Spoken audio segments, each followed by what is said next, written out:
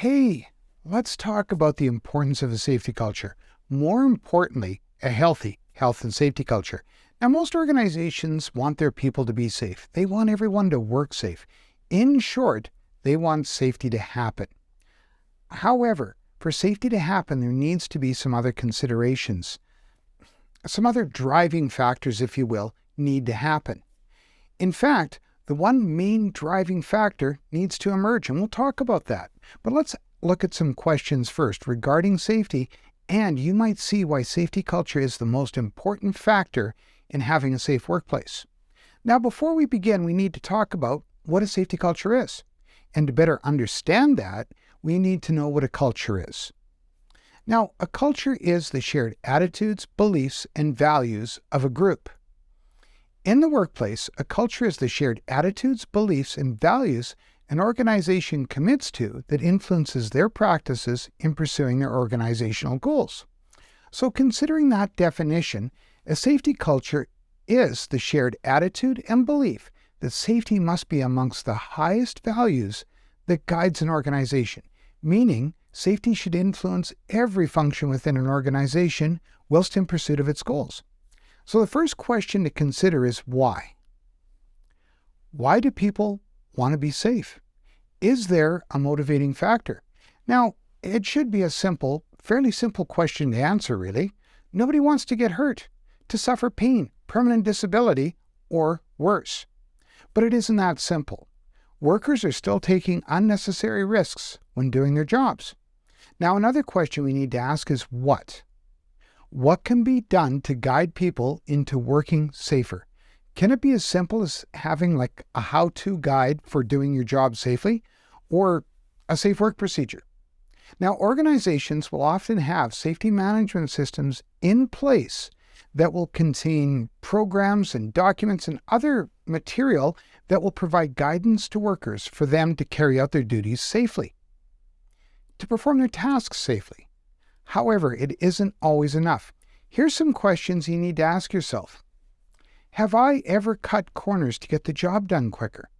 Have I ever skipped important steps because of time, or cost, or desire, or maybe a combination of all of the above? So having the right steps in place isn't enough. So what have we learned thus far? Being motivated to not get hurt and knowing the right steps to take to not get hurt isn't enough. Really and truthfully, if it was, there wouldn't be a need for workers' compensation insurance models. In fact, studies indicate close to 85% of all workplace incidents are the result of unsafe behavior. So call it what you will, at-risk behavior, recklessness, low-risk aversion, either way, there has to be something more than self-concern and instructional manuals. Now, the thing we need to consider is that our brains are hardwired into patterns. We like routine. In other words, we form patterns and we stick to them, even unsafe patterns. But saying this, there's some good news.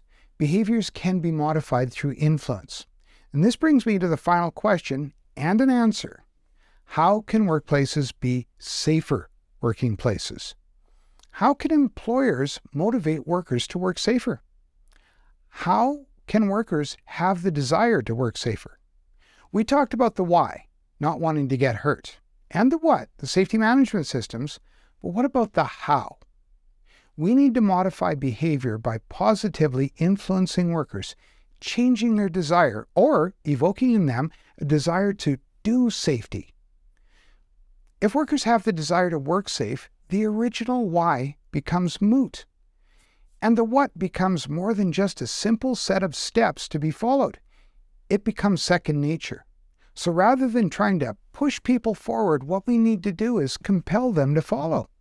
Now, one of the quickest steps to take to get that ball rolling, an easy win if you will, is to include workers in the design and creation of some of the elements of your safety management system.